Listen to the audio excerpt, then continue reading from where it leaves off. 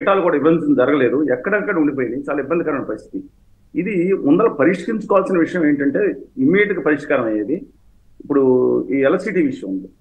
Electricity విషయంలో ఆంధ్రప్రదేశ్ 3,900 కోట్లు plus penalty అంతా కలిపి ఒక 6,700 కోట్లు వేస్తుంది. తెలంగాణ ప్రభుత్వం 17,000 కోట్లు. యాక్చువల్గా రేవంత్ రెడ్డి గారు వెల్ అవేర్ ఆఫ్ దిస్. ఎందుకంటే నేను అనుకుంటా ఉన్నాను, వచ్చిన ముఖ్యమంత్రులు అందరిలోకెల్లా ఇప్పుడు మనం చూస్తుంటే మోస్ట్ చాలా అవగాహన ఎక్కువ ఉంది, షూట్ కూడా చాలా తెలివిగత్తరం, డైనమిక్. ఆయన స్పష్టంగా ఆ రోజు అసెంబ్లీలో చెప్తా, ఆ కాగితాలు కూడా పట్టుకెళ్ళారండి. వెళ్తా 54% కరెంట్ ఇవ్వక్కర్లేదు తెలంగాణకు, ఆయనే ఇస్తున్న చంద్రబాబు నాయుడు గారు అడ్వాంటేజ్ చేశారు, కేసీఆర్ గారు తప్పు మాట్లాడతారని మాట్లాడారు. అదే స్ఫూర్తితో ఇవాళ 5 నిమిషాలండి, నాకు అర్థం కాదు, చిన్న చిన్న చిల్లర కొట్లు కూడా 5 నిమిషాలు సెటిల్ అయిపోతాయి.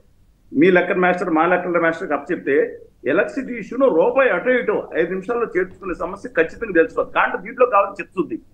అక్కడ ఆంధ్రప్రదేశ్లో ప్రతిపక్ష పార్టీలు, బహుశా వామపక్ష పార్టీలు అంతా మాట్లాడవండి, కాంగ్రెస్ పార్టీ ఎలాగో మాట్లాడు, ఎందుకంటే ఇక్కడ తెలంగాణలో ఇప్పుడు ఆ ముఖ్యమంత్రి గారే ఉన్నారు కాబట్టి.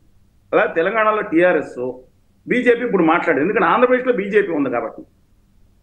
అక్కడ వైఎస్ఆర్ కాంగ్రెస్ పార్టీ, ఇక్కడ ఈ రెండు వాళ్ళు కూడా సమస్యను అర్థం చేసుకుని ముందుకు వస్తేనండి 10 నిమిషాల్లో ఎలక్ట్రిసిటీ ఇష్యూ పరిష్కారం అవుతుంది. అది పక్కన పెడదాం. రెండో విషయం ఏంటంటే ఈ రెండు సంస్థల విషయాల్లో 1,43,700 కోట్ల రూపాయలని 2019లో ఇప్పుడు కొంతమంది ఆర్థిక నిపుణులు అంచనా చేసినా, లేదంటే ఎకనామిక్ టైమ్స్ లో మిగతా వచ్చిన అన్ని వివరాలు వచ్చినాయి. నిన్న ఆంధ్రజ్యోతిలో కూడా వచ్చినాయి. దీంట్లో 91% అంటే మొత్తం అన్ని కలిసి చెప్తున్నాను, 91% తెలంగాణ భూభాగం ఉంటే ఏరియాలో ఉంటే 9% కోస్తా రాయలసీమలో ఉంది. ఇది పరిష్కారం విషయంలో కొంచెం ప్రతిష్టంభన రావచ్చండి. ఎందుకంటున్నానంటే అక్కడ సమస్యలు అక్కడ లోకల్ గా మాది ఉన్నాయి కాబట్టి అనే సమస్య వస్తా ఉంది. నేనేమంటున్నానంటే ఒక పెద్ద మనసు చేసుకుని ఇవాళ 2014లో కేసీఆర్ గారికి చంద్రబాబు నాయుడు గారికి ఎంత కౌగిలించుకున్న మాత్రం ఉప్పు నిప్పుగా ఉన్నారు. ఎట్టి పరిస్థితిలోని ఈ దీంట్లోనే డిమాండ్ చేస్తానే ఉద్దేశంతో ఏంటోనో కేసీఆర్ గారు ఆఖరికి మీకు తెలుసు, నోటి కోటికే తీసుకురావటం, విపరీతంగా ఆ తెలుగుదేశం పార్టీని నిర్వీర్యం చేయటం, ఇవన్నీ కార్యక్రమాలు జరిగింది.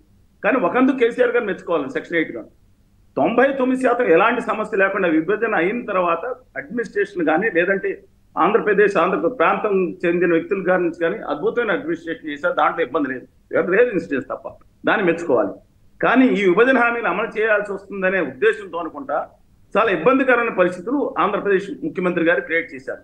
ఢిల్లీలో ఉన్నత విద్యాశాఖ ఆ రోజు బాలసుబ్రహ్మణ్యం గారు రిటైర్డ్ ఐఏఎస్ వారు, మేము ఢిల్లీలో కోర్టులోనే కలిసాం, సుప్రీంకోర్టులో ఉన్నత విద్యాశాఖ సుప్రీంకోర్టు జడ్జిమెంట్ ఇచ్చిందండి. 58:42% పంచుకోండి, మిగతా కూడా ఇంప్లికేట్ అవుతుందని. దాన్ని తెలంగాణ ప్రభుత్వం ఖాతరు చేయలేదు సరికదా. కేంద్రంలో ఉన్న ఉత్తర భారతీయ జనతా పార్టీ ప్రభుత్వం కూడా తెలంగాణ ప్రభుత్వానికి ఒత్తాస పడుతుంది. అందుకని ఇది ఆ తర్వాత జరిగిన విషయం తెలుసు. సరే, ఆ తర్వాత జగన్మోహన్ రెడ్డి గారు, కేసీఆర్ గారు ఎనలైన అన్నదమ్ముల ఆప్యాయత, అన్నదమ్ముల అనుబంధం చాలా సినిమా వచ్చింది, అంత అనుబంధంగా చాలా హ్యాపీగా ఉన్నారు. నేను అనుకున్నాను ఏదో కనీసం పాజిటివ్గా సమస్య పరిష్కారం అవుతుంది కదా అనుకున్నా. కానీ ఏం జరిగింది, ఈ సేమ్ 1వ తారీఖున మే 30వ తారీఖున అధికారం రాగానే తెలంగాణ భవన్కి వచ్చారు, ప్రగతి భవన్కి వచ్చారు.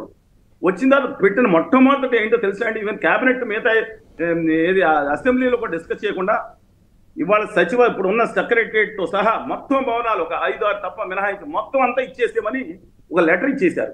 దానికి ఎక్కాడా శ్రీనివాస లక్ష్మీనరసింహన్ గారనే ఒక దుష్టబుద్ధి గల గవర్నర్ అని చాలా మంది ఆరోపిస్తారు. నేను ఆరోపించను, కానీ ఒక వక్రబుద్ధి అయితే ఉందని అనిపించింది నాకు. ఆయన ఈ విషయంలో కాదు, నేను మాకు అపాయింట్మెంట్ లేకుండా కనీసం 20 సార్లు నేను రామకృష్ణ అందరూ పెట్టుకుంటే కోదండరామ్ గారికి ఇచ్చారు గవర్నీలు, ఐఎమ్ రెస్పెక్ట్ హిమ్, కోదండరామ్ గారు. అలాంటి ఆయన నిమిషాల మీద ఆమోదించారండి. ఇది నేను గంటల వ్యవధి కూడా అంటలేదండి, గంటలు అంటే రోజు 24 గంటలు 48 గంటలు, నిమిషాల వ్యవధిలో ఆయన ఆమోదించేసి తెలంగాణ ప్రభుత్వానికి అప్పచెప్పారు. నేను దానికి కూడా అబ్జెక్షన్ కాదు, 5 సంవత్సరాలు ఉండేది ముందుకు అప్పగించే సంతోషం. కానీ కనీసం ఓవర్ రైడింగ్ గా మాకు రావాల్సిన హక్కులు ఉన్నాయి అని ఒక్క మాట కూడా పెట్టకుండా పెట్టడం చాలా ఇబ్బందికరమైన పరిణామం. నేను జగన్మోహన్ గారు చేతి తీసుకున్నారు, కనీసం ఒక మాట కేసీఆర్ గారిని అడిగితే ఆ గవర్నర్ గారు ఏం చేస్తారండి, సెక్షన్ 8 పెట్టుకుని 2 సలహాదారులు పెట్టుకున్నారు. కనీసం ఒక జవాబుదారీగా కస్టోడియన్గా ఉండాల్సిన 10 సంవత్సరాల విషయంలో గవర్నర్ గారి పాత్ర చాలా చాలా అభ్యంతరకరంగా ఉందండి. ఆ రోజు గవర్నర్ గారిది. ఇవాళ ఆ తర్వాత జరిగింది. ఇవాళ నేను అనుకుంటా ఉన్నాను ఖచ్చితంగా ఇవాళ మేము ఖచ్చితంగా మాట్లాడతాం. ఇవాళ కేసీఆర్ గారి ఇష్యూ ఏం చేస్తున్నారంటే, నేను మండలాల విషయం మీరు మాట్లాడారు కాబట్టి అంటే తర్వాత మాట్లాడుతున్నారు, కానీ నా దగ్గర కేసీఆర్ గారు రాసిన గవర్నీలు కోదండరామ్ గారు ఇచ్చిన వివరాలు అక్కడ జేఏసీ కింద ఇచ్చిన దాంట్లో స్పష్టంగా ఏముందంటే, కేసీఆర్ గారి దగ్గర ఉందండి సంతకం పెట్టి ఇవాళ ఏదైతే 1956 ముందు ఏదైతే ఉందో తెలంగాణ మాకు కావాలి